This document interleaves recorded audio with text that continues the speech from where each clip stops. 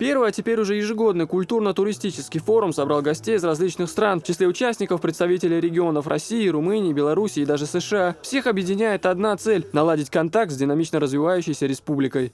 Наша задача – показать нашу республику, показать те возможности, которые уже сегодня есть у нашей республики в плане культурно-туристического развития. Большую часть форума участники посвятили презентациям туристического потенциала своих регионов. Посмотрите, вы же возродили республику и Грозный из пепла. Я ничего более фантастичного за последние годы, я почти весь мир объездил, не видел того, что я вчера вечером прилетел в Грозный и посмотрел и увидел. И это все за буквально 5, 7, 8 лет построено. Гость из Соединенных Штатов Америки, путешественник и видеоблогер Джонс Филипп, восхищенный чеченским гостеприимством, заявил, что за океаном Россию позиционируют вовсе не так, какой он увидел ее сегодня.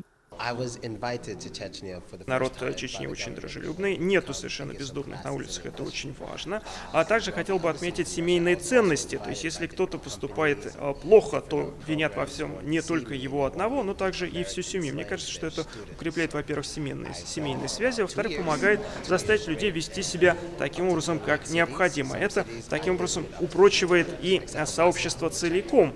У нас этого, допустим, нету, и мне кажется, что чернокожее, допустим, население Америки может поэтому во многом поучиться у населения Чечни.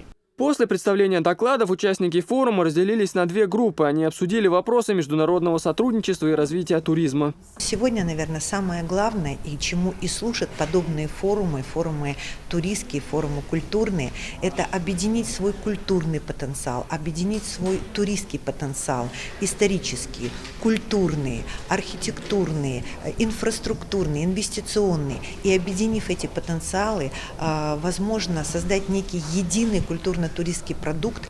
Сегодня же гости посетили Аллею Славы, где возложили цветы к мемориалу Ахмад Хаджи Кадырова, а после отправились на концерт.